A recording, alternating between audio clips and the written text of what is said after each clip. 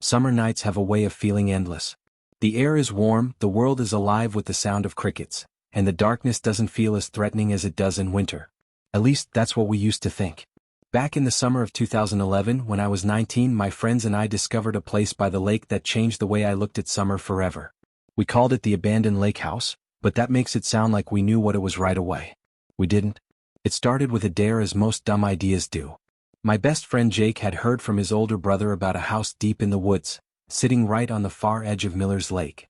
According to him, no one had lived there in decades.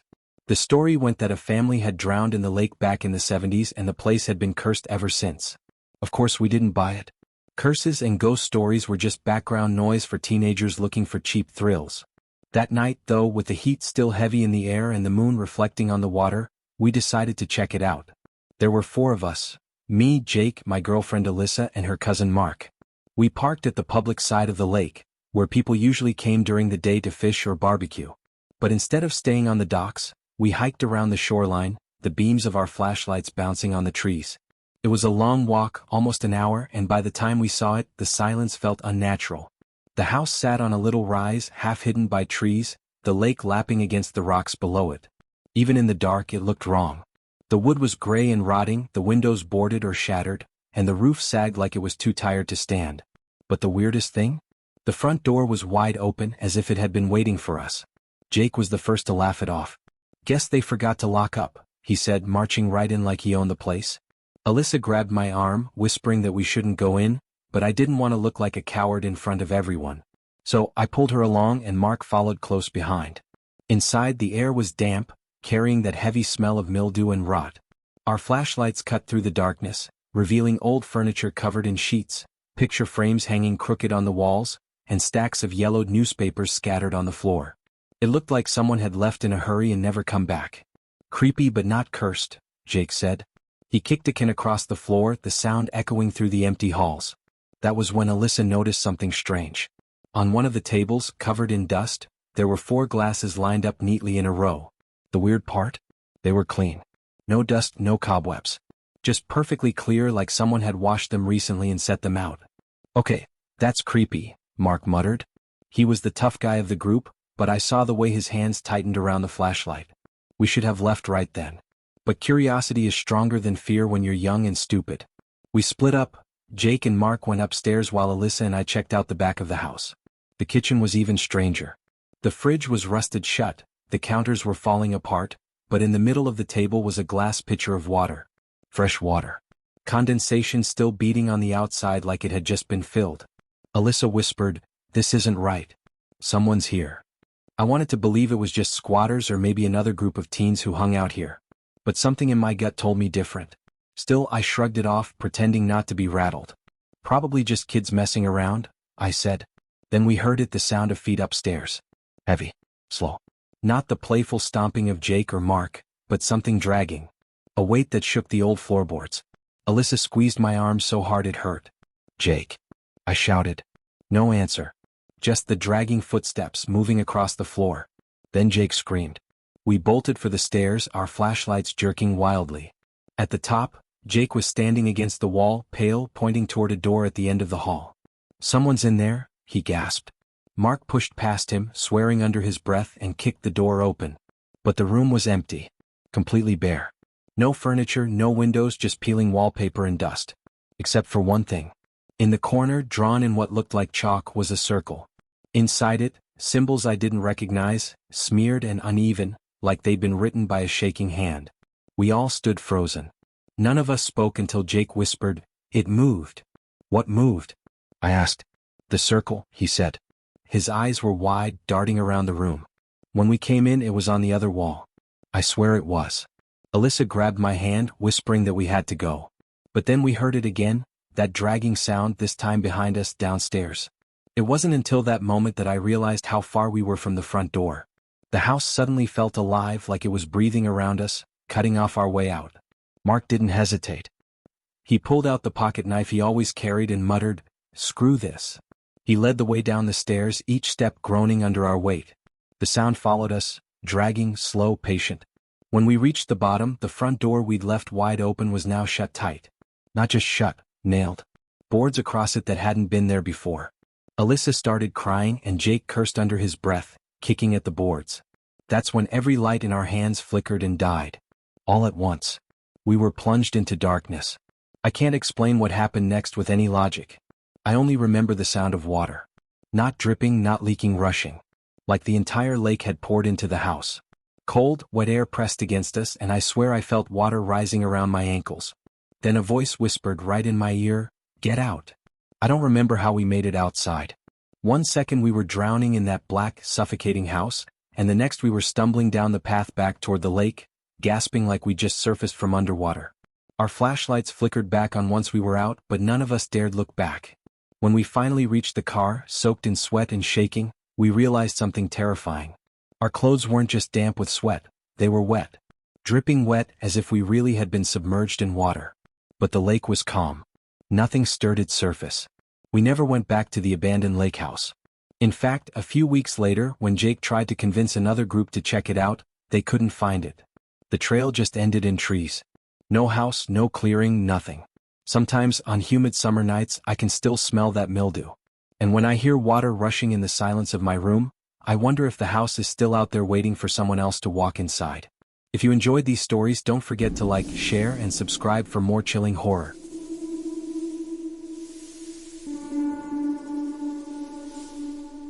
Some childhood memories feel magical. Summer nights at the fair, sticky fingers from cotton candy, bright lights spinning against the dark sky, those things stay with you forever. But for me, one memory has never faded. It wasn't magical. It was terrifying. This happened in the summer of 2004 when I was 15. My hometown was small, the kind of place where nothing much happened, so whenever the carnival came to town, everyone went. It was a big deal, a week of rides, games and food stands set up in the empty field by the highway. But the carnival I remember most wasn't advertised. There were no posters around town, no radio announcements, no flyers handed out at school. It just appeared one night. I had been walking home from a friend's house around 11, cutting through that same field where the regular carnival set up every year. Only this time the field wasn't empty. The Ferris wheel towered against the night sky, glowing red and gold. The carousel spun slowly, music drifting through the air like a lullaby. Game booths lined the edges of the field, their lights flickering. The whole place buzzed with life, but I hadn't seen anyone else heading that way. I should have turned around. I should have gone home. But when you're 15 and curious, fear doesn't always kick in right away. I stepped closer and that's when I noticed something strange. The people. At first they looked normal. Kids laughing on rides, parents watching, workers shouting for customers at booths. But as I got closer I realized their movements were off. Too slow. Too stiff, like puppets being tugged on strings. One man at the popcorn stand handed a bag to a woman, but his arm bent at an unnatural angle, like his bones weren't right. The woman didn't even notice. She just smiled, her face frozen in a wide, glassy grin. I thought maybe it was some kind of performance like a creepy circus act. But the longer I watched, the more my skin crawled. A voice broke through the noise. "First time at the midnight carnival?" I turned. A boy about my age stood beside me. He was tall, pale, with dark hair that almost blended into the night. His clothes were old-fashioned, like something from the 1950s. A faded striped shirt tucked into high-waisted pants, shoes that looked worn thin. Yeah," I stammered. He smiled, but his eyes didn't. "It's not supposed to be here. You shouldn't stay long." Before I could ask what he meant, he walked off, disappearing into the crowd. I should have left right then, but something kept me rooted in place. Maybe it was the Ferris wheel towering, beautiful, glowing brighter than anything else. Against my better judgment, I bought a ticket from a booth. The worker's hand was cold when he gave it to me, his fingers lingering too long, his smile too wide. When I climbed into the Ferris wheel seat, the world below looked almost normal again. The rides, the games, the people, they all seemed alive, vibrant. For a moment, I convinced myself I'd imagined everything strange. But at the top, when the wheel stopped, I looked down at the crowd. My stomach dropped. From above, I could see their faces clearly. They weren't smiling anymore. They weren't laughing. They were staring. All of them. Every single person, head tilted upward, eyes locked on me. I froze. My breath caught in my throat. Hundreds of faces, pale and expressionless, gazing at me in silence. Then, as the wheel creaked back into motion, they went back to their stiff movements, pretending to play games and eat snacks. Like dolls switching back on after a pause. When the ride ended, I scrambled out, heart pounding. The boy from earlier was waiting near the exit. "You saw it, didn't you?" he said. I nodded, too shaken to lie. "They can't hide it from everyone. Not forever." He looked around, lowering his voice. "Don't eat the food. Don't play the games. And whatever you do, don't stay past midnight." I wanted to ask him what would happen, but a loud bell rang through the carnival, echoing across the field. The sound was deep, metallic, almost like a church bell. Midnight. Instantly the carnival changed. The lights dimmed, flickering red. The cheerful music warped, slowing to a distorted wail. The people, or whatever they were, stopped moving altogether. The boy grabbed my wrist. "Run." We bolted through the rows of booths, but the workers moved to block our path. Their heads twisted too far, their arms bending unnaturally as they reached for us. Their glassy eyes glowed faintly, reflecting the sickly red lights. We ducked under a booth, sprinted past the carousel, and tore toward the edge of the field. Behind us, I heard them moving, hundreds of footsteps, dragging, pounding, chasing. The boy didn't look back. "They'll try to keep you here," he said between gasps. "Forever." We burst out of the carnival grounds and onto the road. I glanced back, but the lights were gone. The Ferris wheel, the rides, the booths, everything had vanished. The field was empty. Silent. I collapsed on the asphalt, my chest heaving. The boy stood beside me, staring at the field. "You shouldn't have seen it," he said softly. "Most people never do." Before I could ask him who or what he was, headlights appeared down the road. A car approached, and I turned to wave it down. But when I looked back, the boy was gone. Just like the carnival. For years I told myself it was a dream. Stress, exhaustion, maybe even dehydration. But one detail still haunts me. The next morning I found a ticket stub in my pocket. Faded red letters read, "Admit 1 Midnight Carnival." And beneath it, stamped in black ink, "No exit." If you enjoyed these stories, don't forget to like, share, and subscribe for more chilling horror.